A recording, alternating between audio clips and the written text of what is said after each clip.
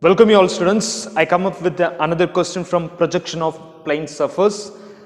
I will read out the question first. An equilateral triangle PQR, side is 60 mm. It is so placed with side PQ is resting on HP and inclined to VP at 45 degree. The difference in height between R and P and R is 30 mm. Draw the projections of the triangle. So this is the given question for us. From this we are going to get the final front view and final top view as far as the question concerned. Okay, right. First take all the given data. So what is the object given? What is the object? It's a equilateral triangle. Okay. Equilateral triangle, and it is mentioned, so we need to take PQR, triangle PQR, and then the side is with 60 mm. What about the resting? Resting on HP with side PQ resting on HP. So it is resting with side H, especially with P and Q on HP. Right? And what about the inclination of edge and surface? The continuity about edge is given. Am I right? The side PQ is resting on HP and is inclined to VP. That means the side is inclined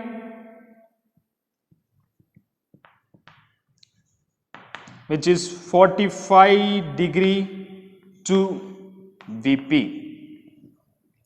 And then surface, any other detail?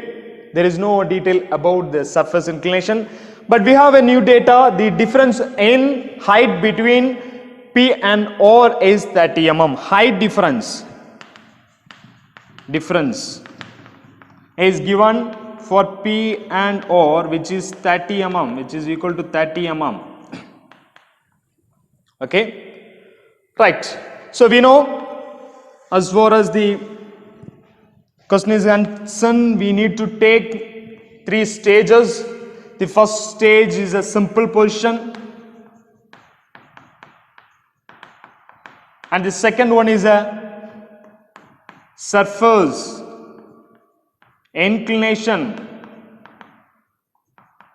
and the third one, it's a edge or special condition. Okay, these are the 3 stages we have to undergo. See, always I used to say, when you are starting the first diagram, you have to see the surface inclination. Am I right?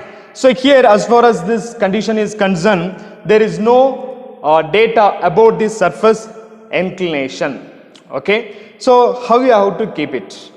And we know always, if the edge is inclined to VP, then the surface will be inclined to HP. If the surface is inclined to VP, then your edge or special condition will be inclined to HP, something like that. It will be contradictory things. Okay, it will be happening in opposite manner. So here the edge is inclined 45 degree to VP, so that we can get somewhat guess this surface would be inclined to HP, right? So as far as this condition is concerned, I can say the position of the object is something like this. If I keep like this, I can say, if I take P, Q and R, as far as this equilateral triangle is concerned, if I name it P, Q and R, when I am tilting the object, it will make the surface inclination with the HP,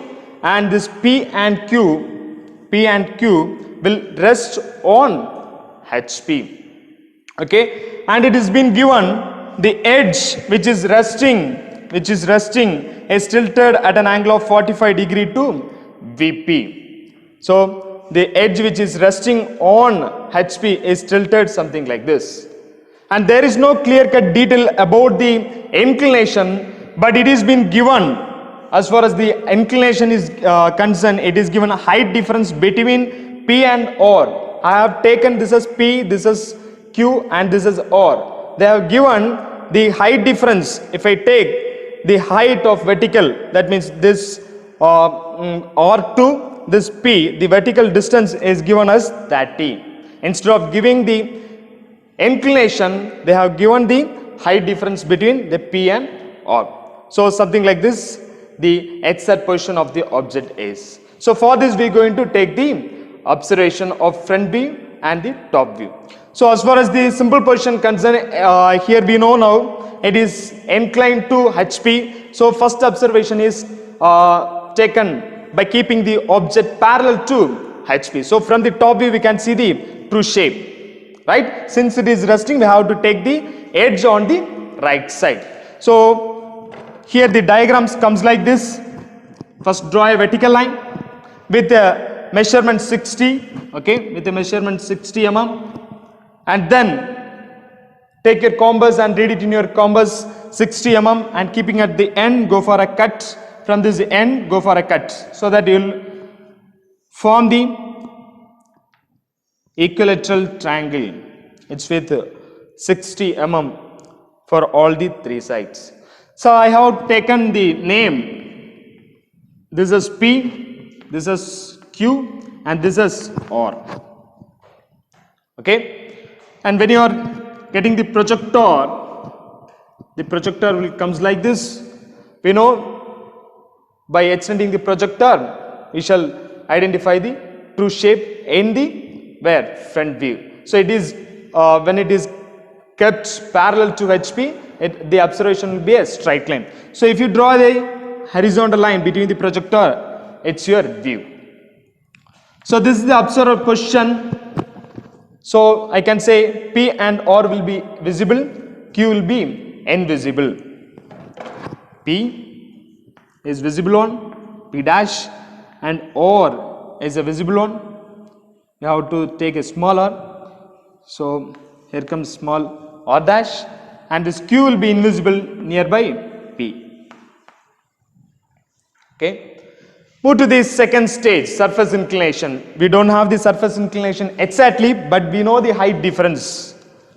So when you are tilting the object, the height difference between the P and R, this vertical distance is given, okay, which is 30 mm. So what I'm going to do is, instead of drawing the inclined line, I'm going to take the locus with 30 mm.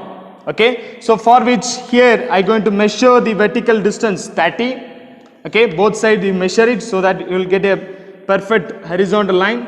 So with a gap of 30 mm, okay, 30 mm, draw the locus line. Then at any point on the XY line, take the point. So we know when it is tilted, P and Q will rest on HP. So I have taken a point on XY. I am going to mark the point as P dash and Q1 dash. P1 dash and Q1 dash.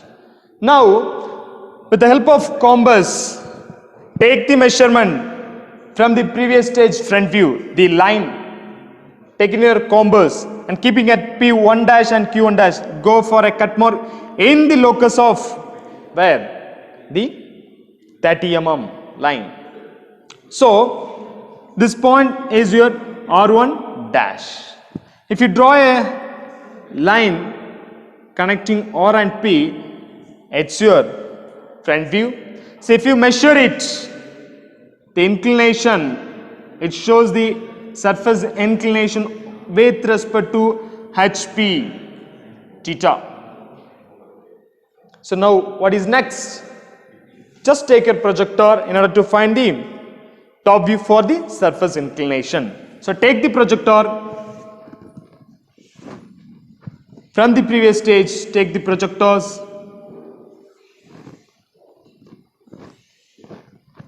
Okay.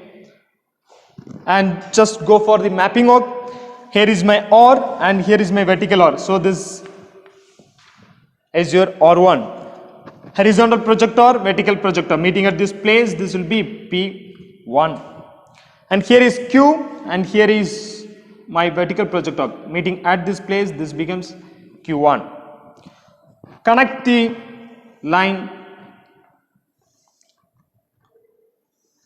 so that you will get this squeezed image. So I have drawn with the approximate size, but when you are inclining the line, definitely your object will be a squeezed one, right? You will get the exact size and shape. Fine. So what is next? The third stage, which is edge or special condition. Here the edge inclination is given, which is 45 degree to VP. Okay. So 45 degree to VP. So for that, I'm gonna take a point on the HY line, something like this, and take the measurement of 45 degree in your compass and go for a inclined line. So now see the PQ edge which is resting is been placed 90 degree to VP, right? It should be tilted. So I'm gonna tilt my object something like this, something like this. For that only I have drawn the inclined line. So when you are tilting something like this, what happens? There is a possibility to intersect the intersect with the HY line. So in order to avoid it, I am going to place my object something like this. So already the tilted line is ready. So I am going to keep my object like this. Okay. So this is my object.